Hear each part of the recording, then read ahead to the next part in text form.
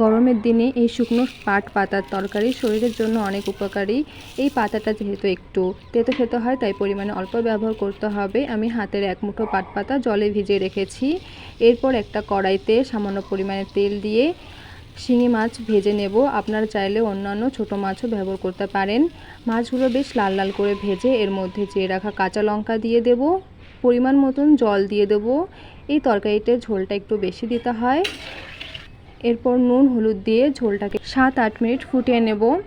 জলটা ফোটানো হয়ে গেলে একটা পাত্রে নামিয়ে রেখে সেম কড়াইতে কিছুটা পরিমাণ সর্ষের তেল দিয়ে এর মধ্যে হাফ চামচ রাঁধুনি দেব আর ধুয়ে জল ঝরে রাখা পাতাগুলো দিয়ে 10 সেকেন্ডের মতো নেড়ে চেড়ে এর মধ্যে ঝোলটাকে ঢেলে দেব। 2 মিনিট জাল করে নেব। এটা বেশি জাল দিতে হয় না, না হলে খুব তেতো হয়ে যায়।